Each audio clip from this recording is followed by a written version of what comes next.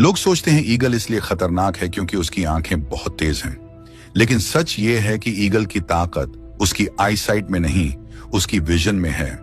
Eyesight बस देखती है, लेकिन विजन डिसाइड करती है कि क्या देखना है और क्या इग्नोर करना है।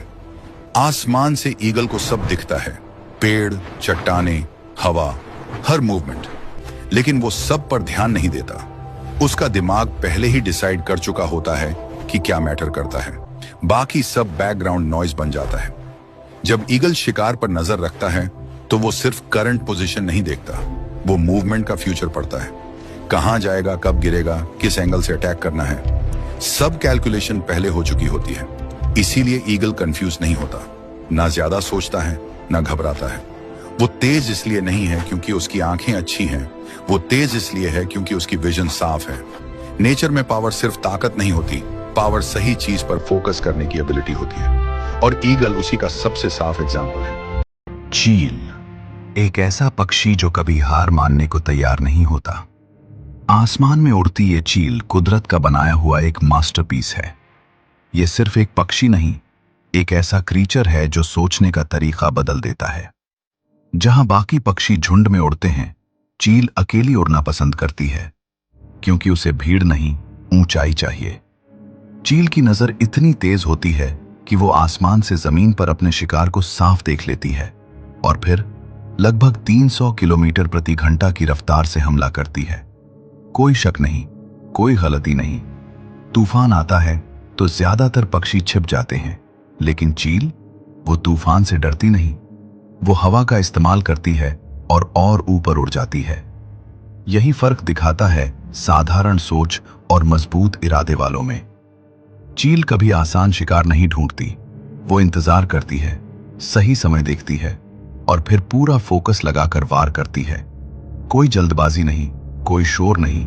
और जब चील बूढ़ी होती है तो वो दर्द से गुजरती है, अपने पुराने पंख गिरा देती है ताकि नए पंख और ज्यादा मजबूती से उग सकें, क्योंकि वो जानती है बदलाव दर्द देता है, लेकिन वही आपको नया बनाता है।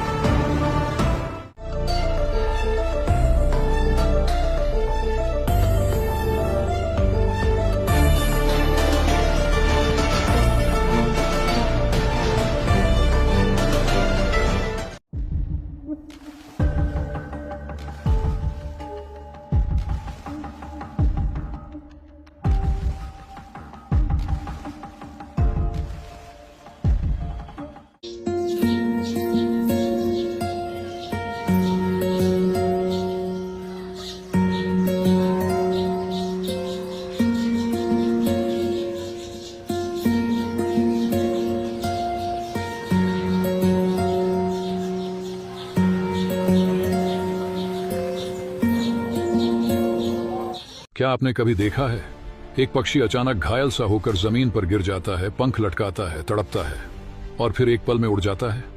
यह मौत नहीं होती, बल्कि जानबूझकर किया गया मरने का नाटक होता है। विज्ञान में इस चाल को थैनाटोसिस या डिस्ट्रैक्शन डिस्प्ले कहा जाता है। इस अनोखी रणनीति का सबसे मशहूर उदाहरण है किलडियर पक्षी।